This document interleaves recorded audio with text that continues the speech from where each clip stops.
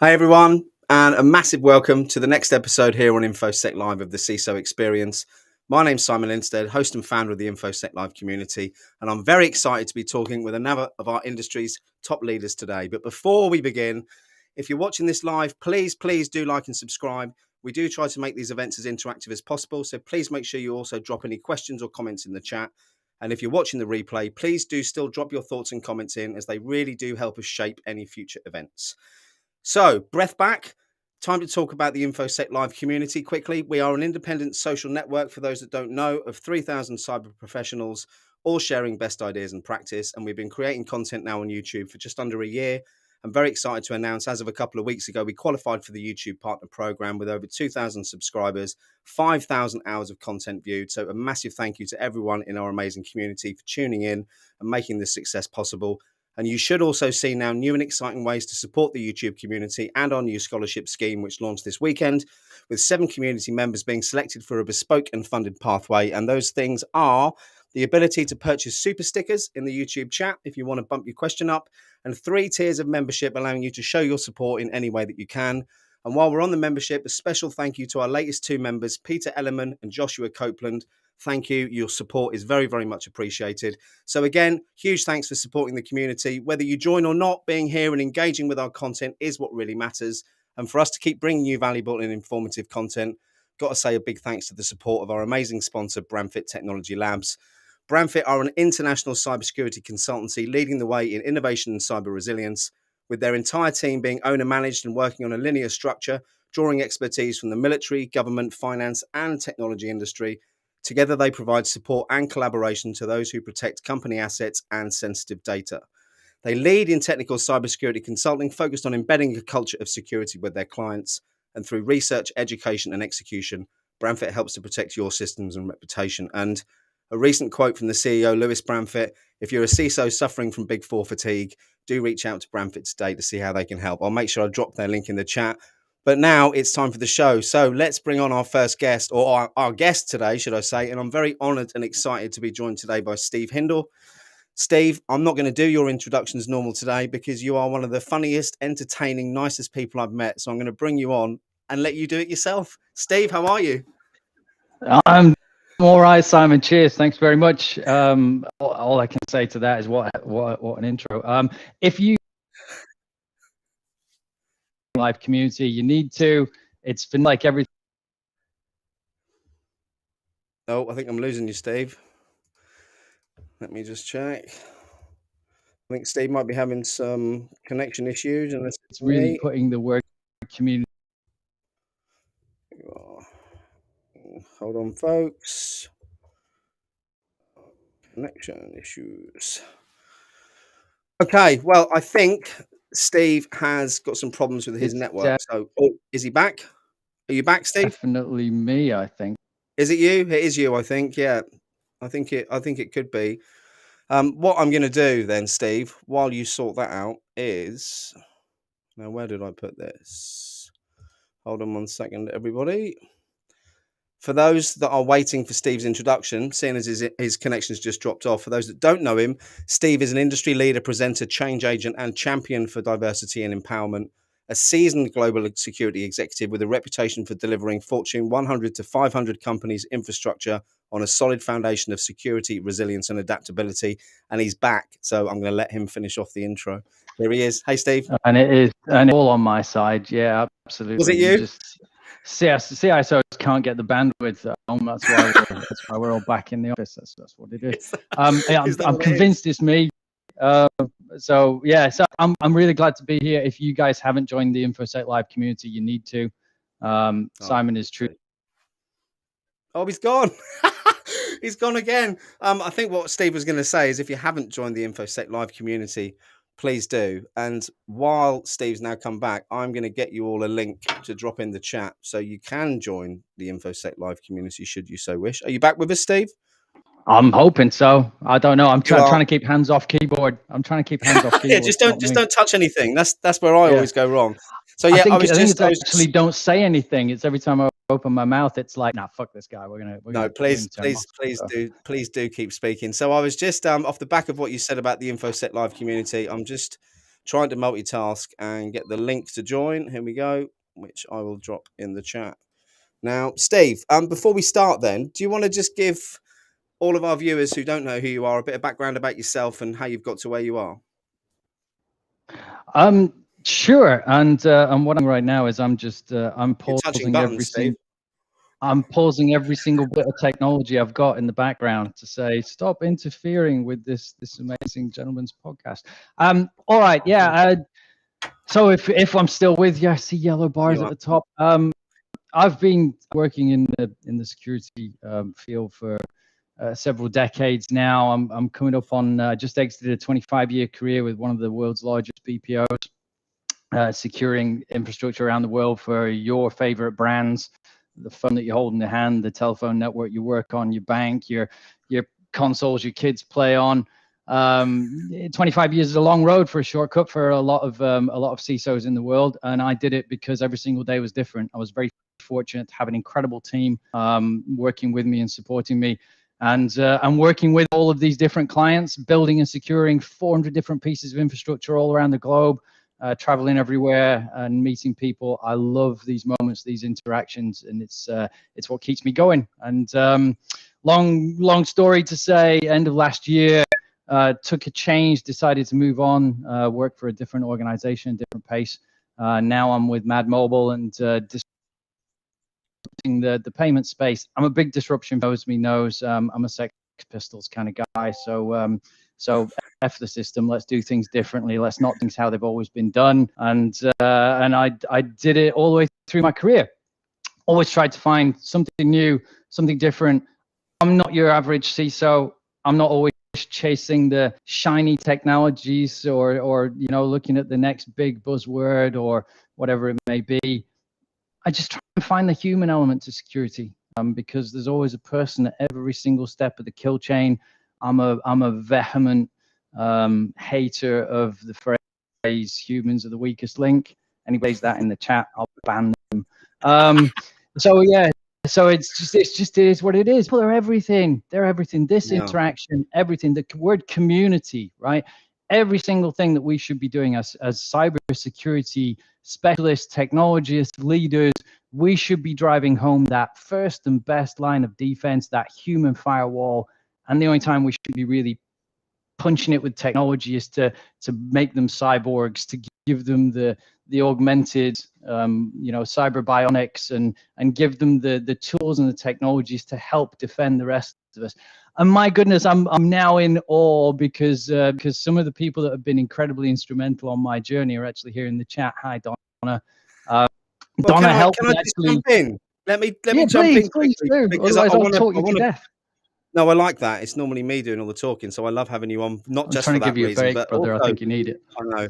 Thanks, mate. Well, that leads me on, actually, Donna, to your comment. So I haven't shared my personal life online at all much, and I probably never will. But I will be honest today and say this week's been absolutely horrendous for me on a personal front. So my mum's at end of life care with Parkinson's. It's been a really, really difficult time. And I just want to say, Steve, even though I've only known the man for like less than 2 weeks, I cannot tell you how much support this guy has given me over the last week. And what it means to me, Steve, is absolutely phenomenal. So thank you so much for that. We've got to stand together. And you and I, thanks. You and I have clicked, right? We find those common. You got to find common ground. Just like we have, right? We find that good people attract good people, and that's how I've built my career, is by finding good people, and working through all of that. I exited, like I said, a 25-year career last year, which was one of the hardest things I've ever done, because I'm not a self-promoter, and I know you may find that kind of surprising. I know there's lots of people in this chat who are like, really, the guy's talking shit now. But I wasn't a good self-promoter, and I was a self-promoter in the company I was working for. I was very much behind the scenes, empowering the executive team. I wrote so many articles, and I stood up narratives for other executives to make them look good. And the same for my. There's several people who used to be on my consider really, really. Oh, think you're going again, Steve, which is bizarre because it says, "Oh no, your connection's just dropped out." I think it's just dropped out. Friends and brothers Bobby's who are back, actually in this you're back. chat now. Park, I'm in this little box. I'm still here. It's because I was seeing other people. That's what it is. Again, see, I'm terrible at it. I just can't. Last year, I had to make a move. I had to do something that was right for me for change. I had to get out there, and I had to advertise and market and push myself into a different realm. It may shock everybody, but I'm not really an extrovert. I just I fake it really well sometimes. So I know how that feels. Yeah. Smile Right. and wave. So we just go do. And from a guy that was a former stand-up comic, and I've tread the boards, I've acted on stage and done a few bits and pieces there, and everybody goes, "Oh my God, you're such an extrovert." I'm not. But batteries do get charged by human interaction. But if it's Everyone's meaningful, do. Yeah. Right. But it has to be meaningful. If it's a meaningless interaction, my God, it's exhausting. That's why I could never be in sales. No, because a lot of that is meaningless interaction. I prefer to build a connection. And when I was running my own business as a training firm, servicing banks and defense contractors and the reseller channel, I was somebody else's voice. I was always promoting somebody else's piece from a technology expertise standpoint. And I was one of my most influential leaders in my career, a gentleman called David Skinner. And David later went on to work for Microsoft. And David taught me, be yourself. Don't fake it. Be yourself. They're hiring you. Companies are attracted by you because of you, and not necessarily, because of how you dress, all the rest of that. I used to have long hair down to my ass, but nature took care of that. Same. And yeah, right. So this is where we are now. We're just trying to fight against it, rail against the dark. And that's where we ended up. And never was I able to really promote me, the brand, the Steve Hindle, the Stitch brand. I was never able to really promote that, certainly in the marketplace. But I built a reputation for being genuine. And that's all I've ever been. Until I met called Donna Sergula, who's actually in the chat. And Donna runs a LinkedIn branding consultancy that I used when I was looking at changing careers. And I attended a couple of Donna's master classes. And I learned an awful lot about positioning. Yeah. I learned an awful lot about how to tell your story. I was terrible at telling my story. I could tell somebody's story. I could put a narrative around why we need to do certain things as security leaders or as technology, as just people. I can build a narrative around that, but I couldn't build a narrative around me. Well, I'll tell you what. I don't think people are agreeing with that, Steve. Stitch truly is a leader. Couldn't be where I am without him. Here we go. You provided space for people to stand on your shoulders. I certainly appreciate that. By the cybersecurity dad, love that name, by the way. Seeing as I've got 6 children, I could slip in there with you on that one. I think it's great. He's on TikTok. He's doing incredible things. Is he? I think you're doing yourself a disservice, and I think the way you sell yourself, Steve, is the way it's because you're so genuine is the point I'm trying to get across. And you said it a moment ago, it's the honesty, it's the upfrontness about the conversations that you have with people. And going back to the whole conversation piece, especially in the sales world, salespeople don't tend to have dialogue with you. Salespeople tend to, have a conversation, which is very different to dialogue. Dialogue is where both people have a common interest in the conversation. Whereas I think a lot of the sales approaches these days tend to be, 1, automated to start with, and 2, they never take time to get to know the people. They're straight in with a sales pitch, which I think is completely wrong. Yeah, and that's why if we I mean, there's everybody here. Nobody in this chat today to how awesome Steve Hindle is, or bollocks. But one of the things that we're here for is cybersecurity and cybersecurity leadership as CI. And you've hit it on the head. You have to be. You have to come at this from of trust. that's just trust amongst your stakeholders and your No. I have a really strong of trust of your people, of your wider ecosystem, vendors, your partners. Really got to come at this interaction has to be driven by trust and integrity. You can't fake it. You just can't. It's a waste of your time. So what do you see then the biggest challenges at the moment in the industry for all of us then, Steve? What do you think they are? Let's touch on those, seeing as we've got you here for a bit of a debate around that. Yeah, well, let's make it a conversation. Let's be the unpopular opinion guy. That's Josh Copeland, who's going to be soon. Yeah. Popular opinion guy is all Josh back, but going back to everything I just said, the industry sells by fear. And there's a lot of CISOs who if you've not done anything, I'm a business leader before I'm a security leader. If you've not done anything else and you're just focused on cyber, you hear every day, and sometimes translates into the narrative you're delivering to your customers is you start selling that narrative by fear. We need an EDR because the bad guys are going to infiltrate us. We need to build up our email security protections because they're going to click on something, it's going to be ransomware, and it's this constant browse using fear as your motivator. Fuck that. Erasing all of that. We shouldn't be doing that. We should bring security by trust and not security by fear.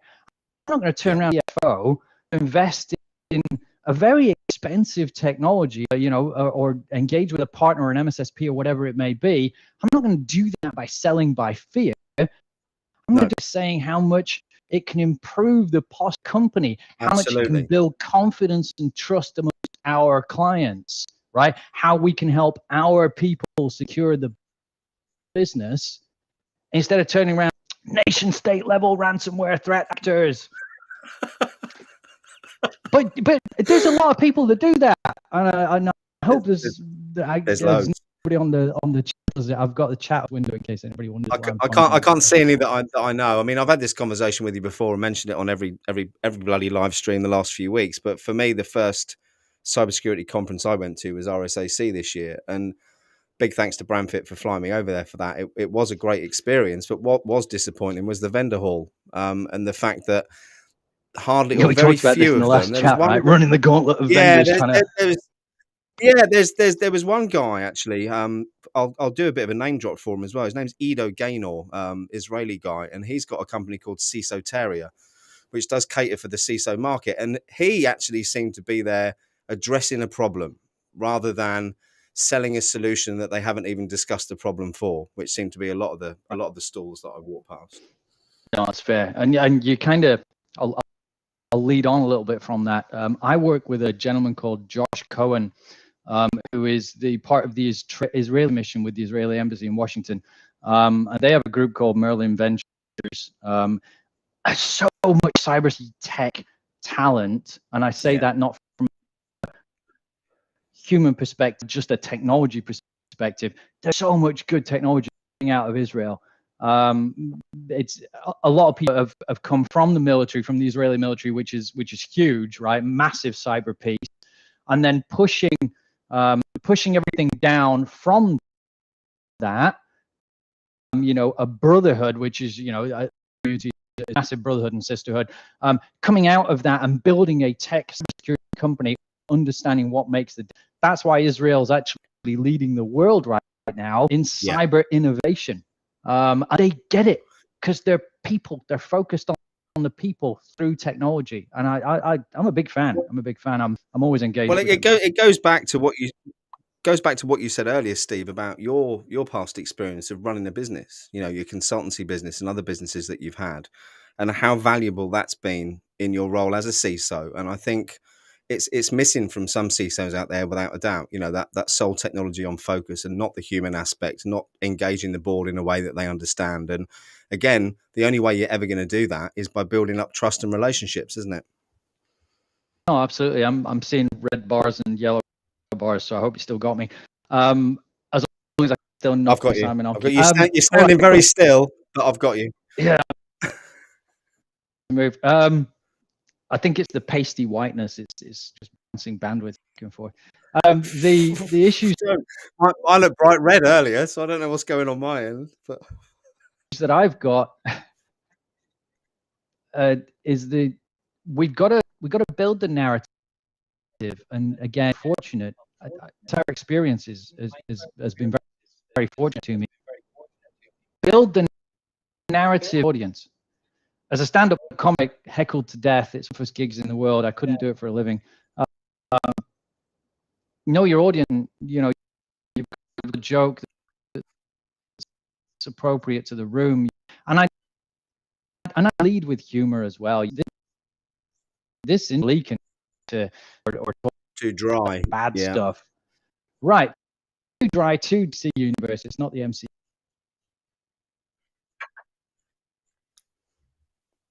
Oh, I think we're losing Steve. While we wait for Steve to come back, everyone, if you do have any questions, please make sure you drop them in the chat. And please, for the sake of my approaching 50-year-old eyes, please mark them with a Q so that I actually notice that they are a question as well. And for those of you that don't know about the InfoSec Live community, I've got a little link here. Let me just copy this, drop this in while we wait for Steve. So we've got a free community for cybersecurity professionals. We are over 3,200 now, I think, as of this morning. And it would be absolutely amazing to see more of you in there. It's all about, as Steve said, building relationships, sharing best ideas and practice, and trying to work together in this very divisive world that we're living in. So trying to bring the global community together by sharing those best ideas and practice. So if you do get a chance, it'd be amazing to see you in there. Now, I think Steve might be back. So let's see if I can bring him on. Here he is. He's back. Thanks, Steve. Fingers crossed. Yeah. I watched it go from green to yellow to red. I was like, I know. Well, people are even saying, Steve, bring Steve back. Please. Steve's awesome. Thanks, Don. I completely agree with you. It's terrible. It's bad. It's all right. I can hear you. It's all. But I paid all these people. You've no idea how much out of pocket I'm going to be for paying everybody to say these things. Helmet, a red bar again. Seeing all the love is lovely. Yeah. Oh, here we go. Look. Hold on. We've got a question here. Is that the one question you didn't want, Steve? Hey, well, all right. Just come on. I've had the nickname Stitch since 16, and as you can tell from the wishy-washy wrinkles, I'm not 16 anymore. I'll never fight the little blue Disney bastard for it. They've got more lawyers than I have. Never win that battle. Aaron's a former hockey player, by the way, so he's got personality and strangely all of his own teeth, which I've never understood. Couldn't have been that good. Good gum so yeah, right. So when I was a kid, I did a lot of martial arts because look at me, I'm wee. I am as far through as a bus ticket. I'm a small bloke, but I punch above my weight. And one day I was at a party. I won't tell you how old I was because there was a lot of alcohol involved. And Americans will take offense. British people can relate. We start drinking at the age of 14, like 6. Weren't you, Steve? And so it was a house party, as happens in the northwest of England. And me and a bunch of friends had come to this house, and it was one of my friends' houses. And their parents were out, so everybody got wild. But a lot of older, like late teens, early 20s kids had crashed this party, and somebody had locked themselves in the kitchen, and I didn't hear a lot of pleasant sounds coming from that kitchen, so I was banging on the door. Now, bear in mind, I was half cut. All right, so let's not make the hero. I was half cut, right? I was in my cups, to quote Game of Thrones. I'm banging on this kitchen door, like, all right, enough. You gotta stop what you're doing and let me in. And I missed. As if you've just gone now, just as you were about to deliver that punchline, Steve. Please come back. Are you back? So maybe you're all going to miss the punchline. Are you back? But you are back. Yeah. Don't let us miss the punchline, Steve. Oh no, I think he's gone again. I think we've got some bandwidth problems down in Florida where Steve is. Until I know for sure. Oh, you're back. You're back now, Steve. And we missed the punchline. No, he's gone. Oh dear. Do you know what the irony of this, Steve, is that I'm running on a 4G router here plugged in, and you'd think that it'd be me having the bandwidth problems. Are you back with us? No, I think he's frozen. Let me try taking him off and on. Hold on. So, as if, just as we were about to get the punchline, Steve drops out. Apologies for the connection problems, folks. It's got to be one of the most entertaining guests I've had on the show as well. So it's typical, isn't it? Especially as the punchline comes in. But it looks like Steve is now back. So let's see if I can bring him on. Oh, are you there, Steve? Come in, Steve. Here he is. Here he is. He's back. Can you hear me? No, you. I think you're dropping out again.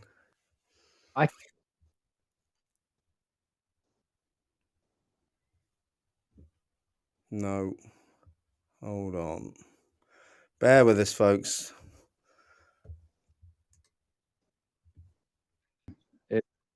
Oh, do you think it is? Let me just try, because you're more interesting than me. Let me try turning my camera off and see if that makes a difference. Wait a minute. Is your bandwidth going to go up if I turn my camera off? There's the question. Doesn't look like I'm it, on does it? one tiny wee red bar. I don't know if you can hear me. We can hear you, Stephen. We're waiting for that punchline. Because so what you've got, right? My nickname is Stitch purely because I'm a drunk who goes to parties. It wasn't too far from the truth when I was in my insert whatever age you feel most appropriate here. So what I was saying was I was banging on this door, and it wasn't through any act of heroism. It was just because I was in my coat because I missed the door frame, and it was a glass door, so I went through the glass. Oh no. You've never seen a house party empty so fast in your life when someone walks out of a room spraying blood everywhere, but is blissfully unaware of that actually happening. So I'm telling people to leave, and I'm moving my arm like this. Meanwhile, I've had my face sliced here. I've had my eye sliced here. My arm is sliced all the way down here. And as I'm doing this, the ceiling and walls are suddenly turning into this bright shade of red. The entire house emptied. I'm like, oh, that's quite a commanding presence you've got there, young Steve. And then one of my buddies turned around and went, oh my God, we're going to call an ambulance. I'm like, call an ambulance? Why? Somebody hurt? It was me. So there you go. So I ended up. You're gonna love this. You're gonna love this. So I've also got a very similar story. And if you can look closely, if I come into the camera, see that? Yeah, I can see that. I ran through a window, also at a young age, and so I won't say what age it was. Yeah, I ran through a window and cut my whole lip off, which was interesting. And it was flapping around like this. But again, because of the shock, and we'll call it the shock, I didn't notice at the time. Shock, won't we? We'll call it the shock. And I did this, obviously looking around, and I was doing the same thing you were, which was spraying blood all over the. Anyway, yeah, there's a lot of people all across Lancashire covered in my DNA, and I don't mean that in a kind of weird hentai kind of way. We've got a question here. Thanks for sharing that story, and Aaron, thanks for prompting that. That was brilliant. Thank you. But we have got a question from. You owe me something, mate. Cybersecurity Dad, which is a really good one. What is the moment you felt the shift from practitioner to leader? Great question. He's gone again. Says I'm back. You're back. Yeah, I don't know if you heard me. Oh no, you've gone. It says you're back. I can hear you. Yeah. Oh, can you see this question that I've brought up? Yeah. I did. Good. Yes. I'll communicate in sign language. I can do my alphabet.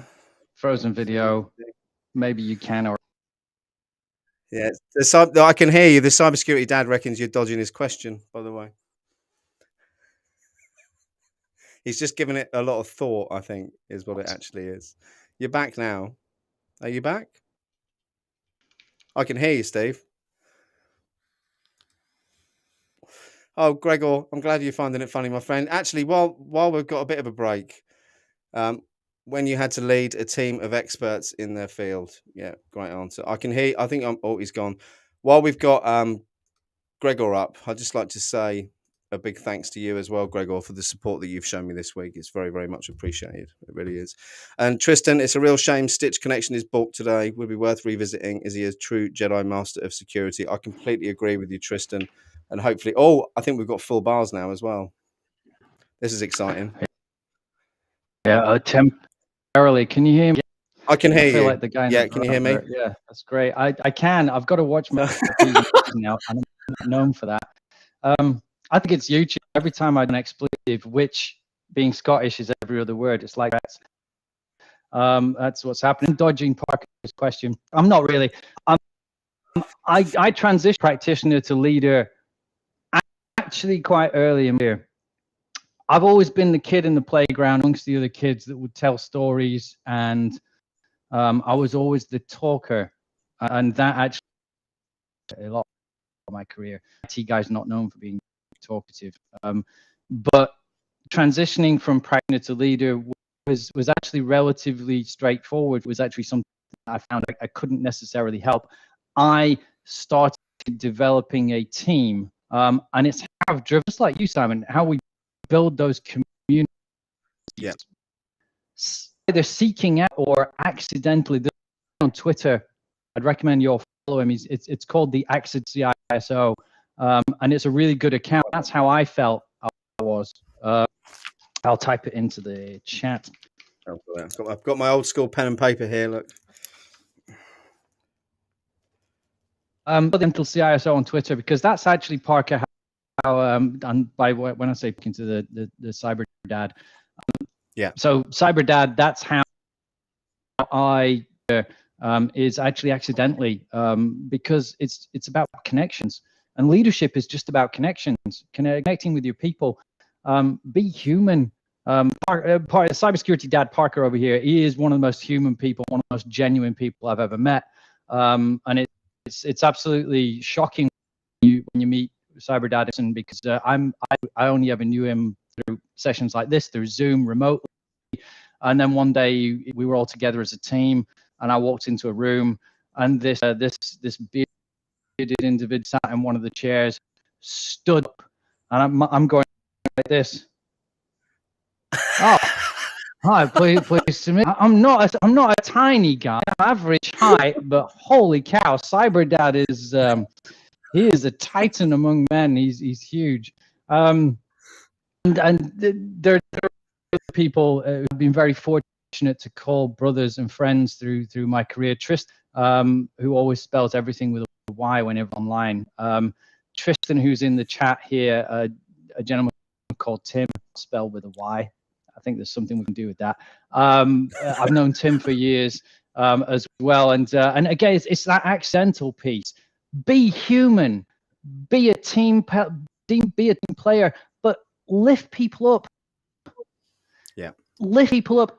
I hate the coaching things where you have to give somebody a numeric value. Tristan and I actually really hated that, because Tristan's also a cybersecurity leader, and it's so frustrating doing performance evaluation through a number, right? Yeah. Hate it. Provide coaching in the moment, make it meaningful, and help lift people up. That's what you've got to do. And we were talking earlier, Simon, about family, right?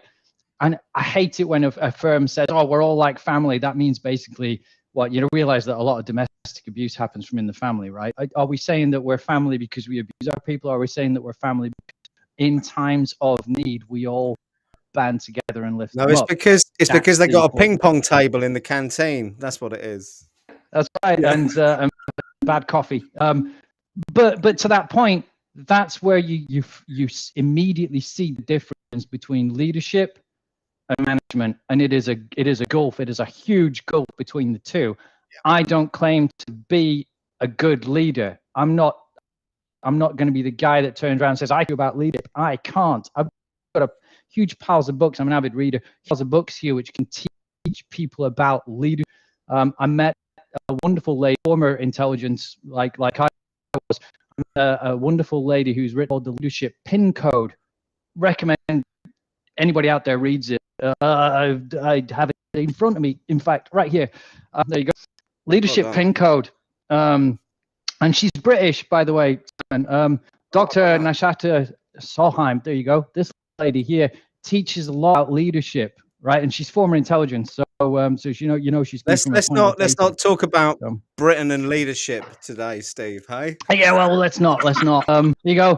Another good book from a total point. Jocko Willink. I've met Jocko as well. Incredible individual. He talks about again leading through honesty and integrity. So don't come at things and turn around and say, I'm a great leader. I'll do this. I'll lead this organization. Again, I'm terrible at self-promoting. I'm humbled by some of the messages that have come through on this chat. That shows you're a good leader. It shows you're a good leader when your people believe in you. You have to get your people to believe in you. Do you know what, Steve? And I'm very fortunate, right? I think to be a great leader, you have to be a great servant first. I think I saw that quote the other day, and it really resonated with me, because I think if you think you can just go into being a leader without developing empathy, without developing all the other skills that you need, you're a little bit short-sighted. And I think the true leaders, Steve, are the ones like you who don't think they are and don't shout about it. And you've got to have soft skills. It's no good turning around and forcing yourself on people, being the loudest, smartest person in the room. It's all bollocks. It is. Yeah. And we talked about family earlier, and my kid Joe actually taught me a lot about leadership and a lot about understanding, a lot about patience. I've made mistakes that any father does, that anybody does coming up in the world. But you talk about diversity, such a massive buzzword. This servant leadership, everybody's trying to be a servant leader, but they're trying to do it forcefully for the wrong reason, honestly, right? But they're doing it because it's the new buzzword, right? They're doing it because they have to. I've got to become a servant leader now, so I'm going to stick all these things on LinkedIn about how much of a servant leader I am. And it's like, really? No, I'm not so much a fan. But I learned through experience. I learned through being a dad. Absolutely. How much you make mistakes, but you have to recognize them, recognize those mistakes, and learn, try and be somebody that doesn't repeat the mistakes of the past, doing the things the same and expecting a different result. Well, there are things that I saw my grandparents do, or I idolized my grandfather, and I saw things that my parents did, and I'm like, I'm not going to do that thing over there. It's not who I want to be for my children. Yeah. And you end up in some of the same mistakes, but you also try to be better. That's not everyone does. Let's not mince about this though, Steve. Not everyone does that. You see a lot. You've got as a cybersecurity practitioner, as a leader, the idea is that we make the world a better place. We leave the world better than we found. You and I shared a lot of this belief system and belief ecosystem. Excuse me. We've been through the and the gamut. I have a raft of religious books over here. What am I? I'm a Buddhist, right? I'm a Pope one day, and he was asked about that, and he said, "Well, why did you meet the?" And he turned around and he said, "Well, the Catholic, you're Buddhist. How do those two things compatible?" And said, "Roman Catholics can be Buddhists." Yeah, because it's the middle way. It's not a godhead. It's not a God figure religion. It's the middle way. That's what we as cybersecurity leaders think about this, right? I'm getting on my soaps now, but think about this. We should be always trying to find the middle way. Yes. There's different perspectives across your boardroom. There's different perspectives across your meeting room. Even if you're meeting with your team, or even if you're meeting with people underneath you in the corporate ecosystem that you're in, or your client customers, this hierarchy, everybody has their own opinion. Everybody wants something out of that meeting. They're all motivated by different things. Yeah. So no audience, and be a Buddhist, find the middle way, right? It's not always compromise. You've got to take a stand and find the middle way. There's always a middle way. You can always get some common ground somewhere. But it's about being open-minded enough to understand that everyone's got different viewpoints and everyone's got their own beliefs. And I think, without wanting to turn this into a religious debate, I mean, I've shared my personal story with you, and I won't go through it in detail online. But when I lost everything through my own mistakes, which I've obviously learned a lot from the last few years, there were three people who kind of stood up and helped without asking. And The irony was they were all clients of mine in financial services. And this sounds a bit like an intro to a joke, but I can assure you it isn't. One was a Jehovah's Witness, one was a Muslim, and one was a born-again Christian. And I think Steve's dropped out. Hopefully he'll be back with us in a moment. But the three you are there. But the one thing they all had in common was empathy and humanity, and the fact that they reached out to try and help, not for any other reason other than they believed it was the right thing to do. And that's what started me on my journey of learning about Buddhism, Steve, if you can hear me. I don't think he is. I think he's dropped out again. When Steve comes back, Tristan, I'm going to bring your question up. What is your opinion on combining cyber and physical threat modeling? You full bars, Steve, so let's jump in. I've got a question for you here. Look, Tristan's jumped in with this one. What's your opinion on combining cyber and physical threat monitoring and response in today's landscape? Good question. Thanks, Tristan. Wow. Yeah. Okay. That's so funny. We left off talking about Buddhism. We jumped back in talking about. Yeah, I don't know if you heard what I said before we some move of it. On. It got really choppy, but I did hear some of it. So I'll recap quickly. So when I went through my awful period where I lost everything and ended up living in a field on my own, there were three people who stepped up.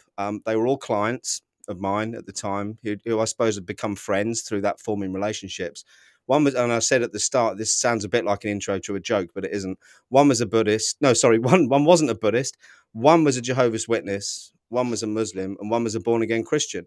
And they all reached out without asking because they all had the same thing in common, which is humanity, empathy, the fact that they wanted to try and help others. And that's what started me off on the same path as you, which is the middle way. But no one wants to hear about me today. We want to hear from you, Steve. So let's get this question up again from Tristan. What is your opinion on combining? All right. While I've still got to do this real quick. Oh no, don't dance, Simon. Where have you gone? To close out that conversation is the Bill and Ted. Come on, preach it, testify. If we can all be more Bill and Ted, that's what we're looking for. I completely agree with that. Tristan, you've mentioned have I ever read a book called The Tao of Pooh? Yeah, I hope I got that in there. Well, we got the Bill and Ted excellent bit at the end, I think, Steve. Tristan, I haven't read that book, but I'm going to see if it's on my Audible because my days of reading got to the point with my Kindle where I had to make my text so large that I was flicking the page and getting a repetitive strain injury. So I now listen to audiobooks. But yeah, be more Bill and Ted, I think you were saying, Steve. Yeah, be more Bill and Ted, be excellent to one another. That's the only thing that we need to do as leaders, as practitioners, and as people, as human beings. So the question, if I can, while I've got bandwidth, cyber and physical threat monitoring and response, let's turn it right back to everything we just said. It's the middle way.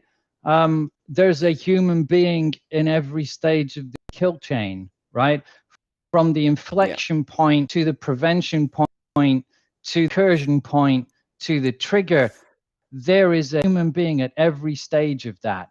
So the combination of cyber and physical, I've never understood, and to be honest, it may be a little bit of a leading question because Tristan knows my approach to security is very human, but I've never understood the section of cybersecurity and physical security, of cybersecurity and business continuity. It's all resilience at the end of the day, and resilience can't be siloed. It has to be, we've got to be the department of everything. Too many technologists, not enough people can make this too siloed. And that's where people break in, because you're not combining things together. We used to do physical penetration testing way back in the day. That was too much of a fun time.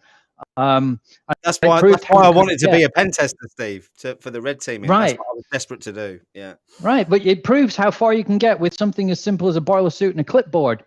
It does. Yeah. Right. Most secure organizations, most secure facilities in the world. I was fortunate to interact with and work with a gentleman who used to be part of SES Astra. SES Astra launches satellites, military and civilian satellites into orbit. Where are they based? They're based in Luxembourg, inside Amazon's hardened data center, which is a bunker. Wow. Physical penetration testing of that environment was amazing, and all managed through a boiler suit and a clipboard. I am not joking. So, You can't tell us that there's story certain though, can things you? that was a long time ago. I'm sure things have improved since then. Just let me just park Yeah. that. Well It's all covered, good. Steve. It's all good. Well covered. Yeah, your Amazon delivery will make it. It's fine. It's all fine.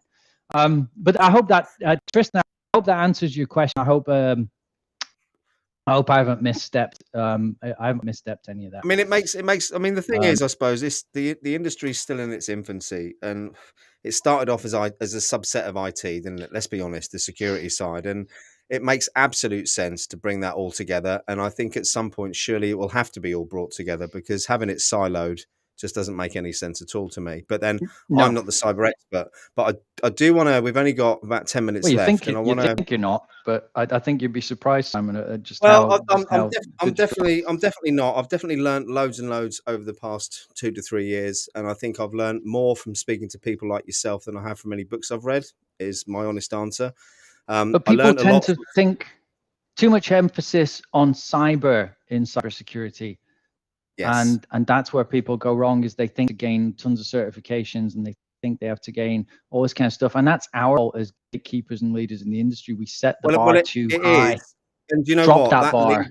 It's as though you've read my mind and you know what point I wanted to go on to next. So what we see a lot all over social media and beyond about the perceived skills gap in the industry.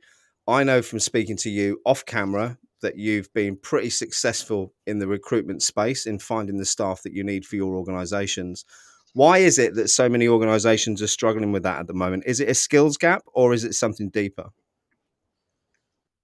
It isn't a skills gap. I'll be honest. I believe it's not a skills gap. I believe we're talking to the wrong people. That's it. I think as attracting top talent is not it's not a certification game. It's a numbers game. It's you've got to bring as many. I keep saying the word game. I'm going to try not to, but I'm going to do it one more time. To bring as many players to the game, you've got to up your game by bringing as many players to the game as you can. And what I mean when I say is cybersecurity dad, inherently technical. He has so much technical depth that I truly believed in everything he brought to the team, to the organization. There are other individuals that are the same, massive technical depth, and some struggle with the people skills and the soft skills, right? Similarly, other people are inherently people and business focused without technical skills. Yeah. And you look at pigeonholing them into certain roles, it's a mistake. Yep.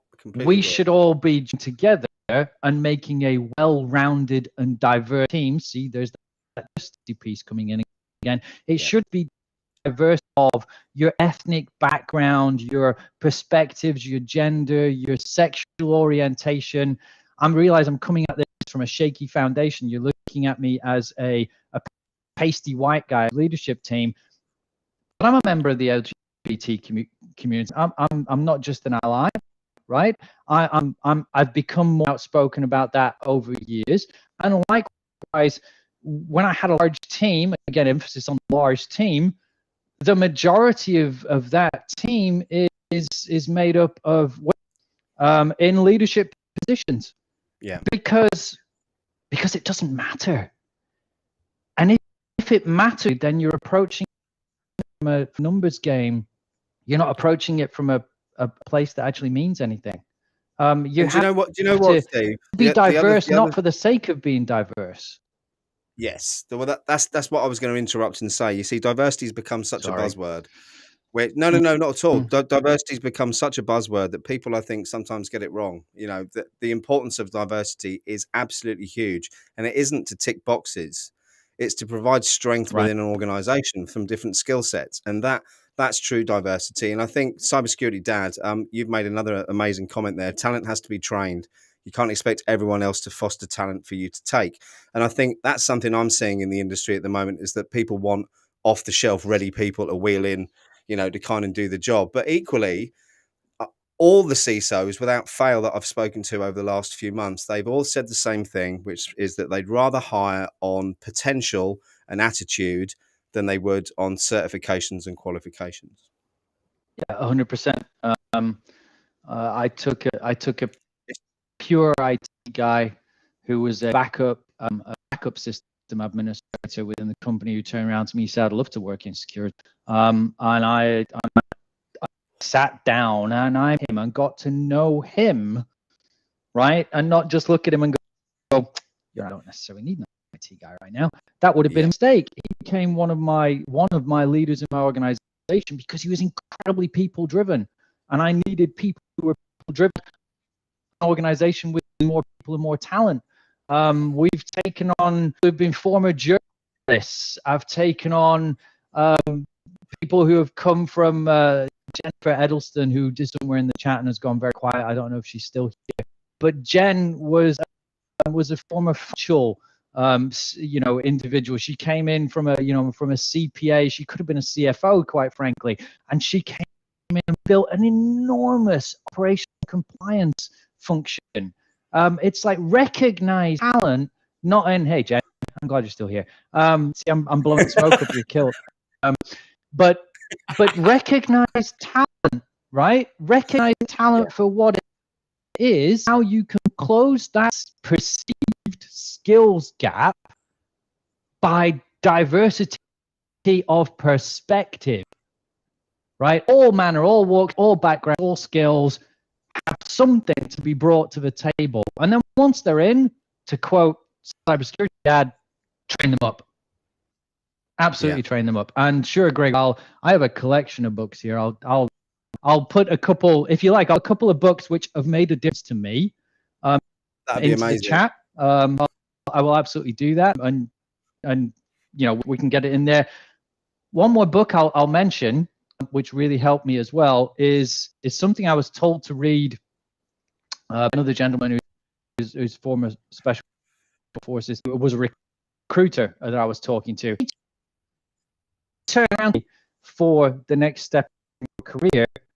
I recommend you read this. I was like, "Ooh, that was a bit." At least he didn't tell you needed to do help desk. Well, pretty much is that you're working on your people skills, Steve.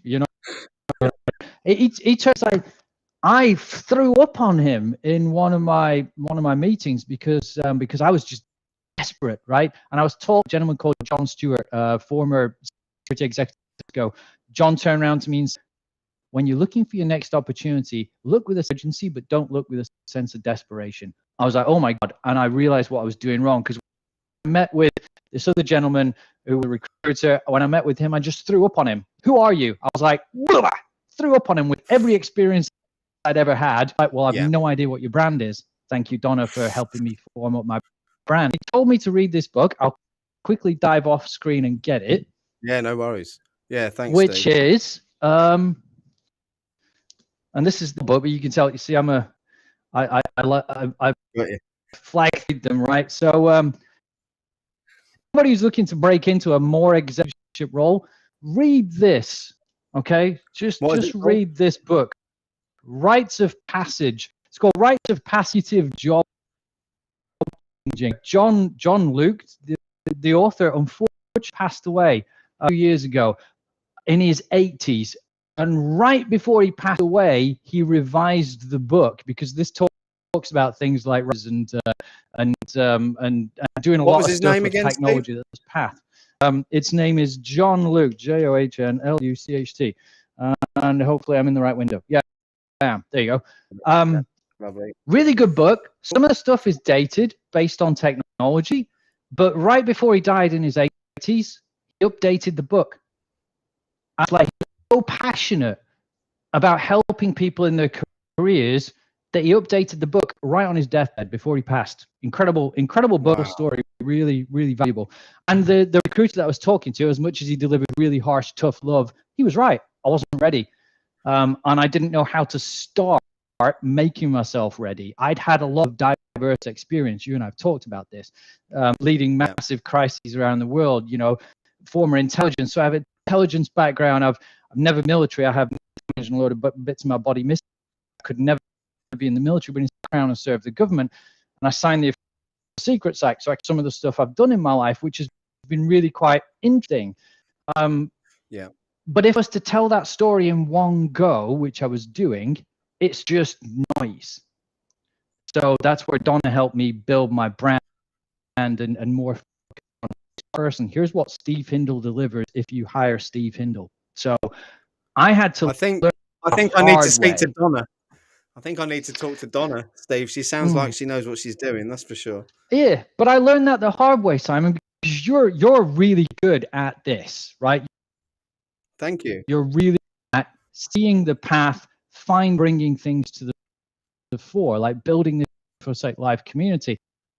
I couldn't do that. My wheelhouse. I disagree with that. I disagree. Nah, but you see, I can't sell something. I just can't. I'm not a sales guy. I can't sell something. But if I'm so stopping you there because one, I haven't had anything to sell. Apart from what, Steve? The same thing that you're amazing at selling, which is yourself. And people buy from people. It's as simple as that. You bring people to Simon, and that's what we as security leaders. You're a security leader. You say you're not, but you're a security leader. You're bringing the security community together. And if we can't do conversations in our meetings, in our position, if we bring skill set, diversity of perspective, if we can't bring that together. Oh, I've lost you, Steve. Steve, if you can hear me, I'm just going to say security leadership is sales. Then we're failing. I think we lost you then, Steve. I have. You've gone again. You've gone again. Right, we're pretty much over time and out of time, so I'm going to wait for Steve to come back on before I wrap things up properly. But before I do wrap things up, I want to say two things. One, Steve is definitely coming back on whether he likes it or not. Once we've got some stable bandwidth, because this conversation, I feel, is one of the most engaging ones that we've had on the live stream, and I love spending time talking to Steve. So, Steve, if you can hear me, I want you back on the show within the next week or two, if we can, to give this another go and dig a bit deeper. And the second thing is, for anyone who isn't a member of the InfoSec Live community, please do come along and join. There are lots of people in there, from those trying to break in, pivoting and transitioning from other careers, military transitioners, and also lots of security leaders as well. And back to Steve's point about selling, the community is completely free. And the point of it is to give people that safe space to share best ideas and practice. So I think I've got you back now, Steve, to just wrap things up. Can you hear me? Did you hear what I said just then? I heard best practice. That was it. Oh, okay. Well, I was blowing smoke up your ass. So what I said was that it's been an absolute pleasure, and I need to get you back on here within the next week or two, hopefully with a little bit more bandwidth, because I think I've just lost you again. So I am going to wrap things up for today, folks, and promise that we're going to have Steve back on the show. In the meantime, if you can support the community, please click the join button on YouTube, become a member, and you'll help support our scholarship scheme. I'm going to be doing a live stream on what the scholarship scheme's all about in a couple of weeks' time. But for a little bit of framing, we've just selected 7 people from within the community who are all now being onboarded onto a bespoke pathway for them. And most of these people are transitioning from other careers. So if you can support us in any way, that would be amazing. And Steve, I've just said to everyone that I'm going to have you back on as soon as possible to continue this conversation, if that's okay. Yeah, let's try and talk more about cybersecurity and stuff like that. And can I just give a quick shout out to Dark Spiral, who's in the chat right there, because that's my kid right there. I'm so proud. That's my son, Steve's and he's balancing this for when he's doing his lawyer work in the background. So there you go. It's nice to see you've got that relationship. I mean, I've got 6 children. My oldest is 23, youngest are 4-year-old twins. But my 23-year-old's just recently moved back home, and he's working from home as well, same as I am. And do you know what? It's lovely, and it is all about family, Steve. That's what we're here for, isn't it? Let's be honest. Right. Exactly. So I appreciate Joe taking a hot minute out of his lawyering to come on and support his dad. I didn't expect that at all. I was really surprised when that popped up in the chat. So cheers, and I will come back and let's see if we can't have a conversation next time around things that are a little bit more cyber. Do you know what the most irritating thing is? Skills today, right? Is that you're crystal clear now, crystal clear, like 4K ultra. I'm not sure what it is. I mean, it's I think it's, I know for a fact that Restream tries to juggle and tries to switch streams to find a path of least resistance when it's bandwidth challenged. And so I've got you loud and clear. I've got the chat loud and clear, and then it drops me because I think it's trying to shift to something more effective. But it is. I've encountered it a couple of times in the past. I'm not throwing shade. Maybe it's time. It's time for me to adopt OBS Studio in full and do some training on that over the weekend, so I don't have to use Restream because I have got all the facility not to use it. It's just a bit easy for a middle-aged man like me. But it should be easy, right? Technology should make our lives easier and not harder, so to speak. But yeah, look at it now, four bars right at the end. Typical. But yeah, Steve, let's have you back on next week or two if that's okay. And everyone, again, thank you so much for tuning in. I really appreciate it. Steve, you have an amazing weekend. Whatever you're doing, enjoy yourself, and let's stay in touch. Yeah, be safe, everybody. And thanks for having me, Simon. Thanks for the time. I appreciate you, brother. My pleasure. Take care, everyone. Have a great weekend.